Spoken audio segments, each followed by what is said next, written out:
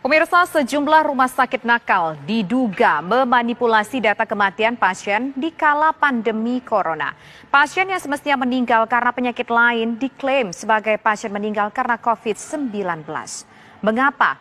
Benarkah manipulasi dilakukan rumah sakit atas nama pencairan dana pemerintah? Berikut penelusurannya dalam jejak kasus. Demi anggaran, rumah sakit COVID-kan pasien?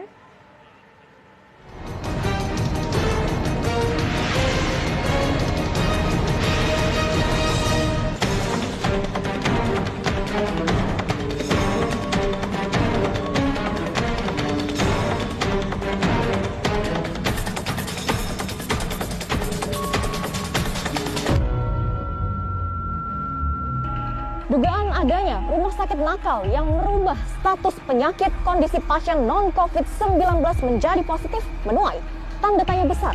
Pertanyaannya, bagaimana mungkin hal ini dapat terjadi dan seperti apa pengolahan data di rumah sakit yang sebenarnya?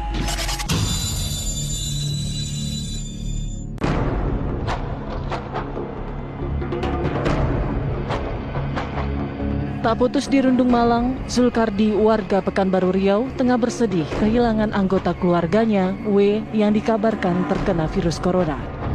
Namun Zul yakin bahwa almarhumah W meninggal karena penyakit yang lain, bukan karena COVID-19. Tujuan kita mendatangi Polda ini adalah ingin membuat laporan dugaan terkait manipulasi data pasien yang dinyatakan negatif tetapi dilaporkan positif corona.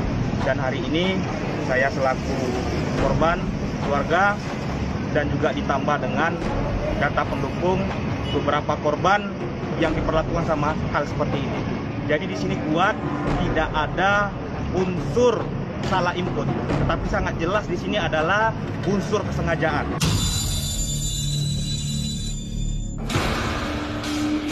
Yang mengejutkan, Zulkardi pun menyebut ada sejumlah korban salah input data pasien meninggal COVID yang ada di Pekanbaru Riau. Kemungkinan mencapai 10 orang yang sama diperlakukan seperti keluarga kita. Jadi kedatangan kita di sini ingin mengungkap permasalahan ini. Terus juga kita ingin Pekanbaru ini terlepas dari zona hitam, karena laporan yang dilaporkan daftar pasien yang corona meninggal positif corona itu hoax.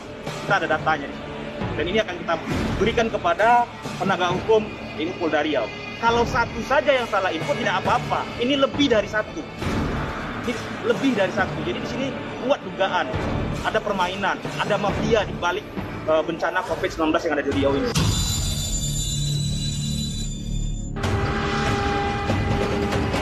Merespon langkah hukum yang dilakukan keluarga W, pemerintah Kota Pekanbaru Riau pun menyatakan siap menjalani proses hukum yang berjalan. Teguran lisan kepada semua, ya kan, jajaran pemerintah kota, ya kan, termasuk juga di tim Satgas yang menangani COVID.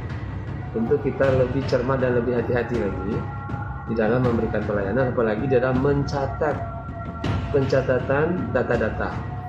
Maka dicermati pendataan yang datanya sampai ke kita. Koordinasi antara pencatatan dan informasi ini kita harapkan tentunya kepada tim Satgas yang membidangi tentang pencatatan laporan-laporan COVID ini supaya bekerja lebih teliti lagi, sehingga tidak terjadi miskomunikasi sebagaimana yang terjadi di dalam peristiwa yang. Sementara kita sudah lakukan adalah pemeriksaan saksi lapor, kemudian kita dalam melengkapi, kemudian rencana kita akan memanggil beberapa saksi, keluarga korban, mungkin yang kemarin mengambil data swab itu, kemudian juga dari pihak terkait akan kita berketerangan.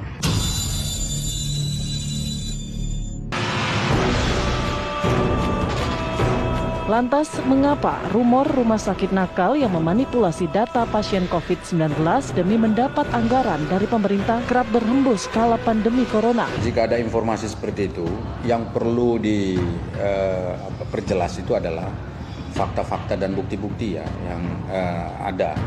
Jadi bukan hanya sekedar rumor dan pengaduan. Kita juga mendapat laporan seperti itu.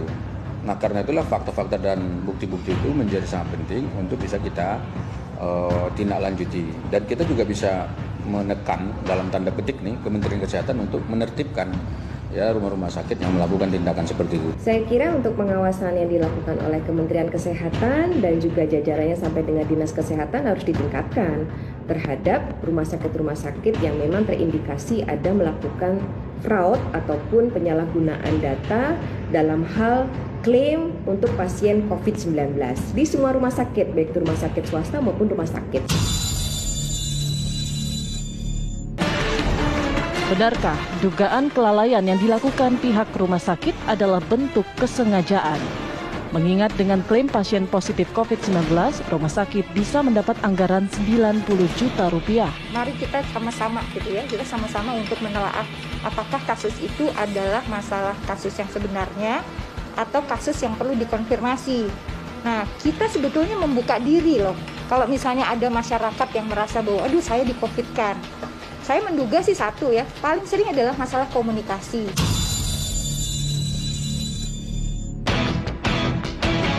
Di tengah merebaknya isu manipulasi data pasien meninggal COVID-19, selayaknya pemerintah bisa melakukan pencegahan. Karena tak seyogyanya ada pihak yang mendulang rupiah kala semua elemen berjuang menghadapi wabah.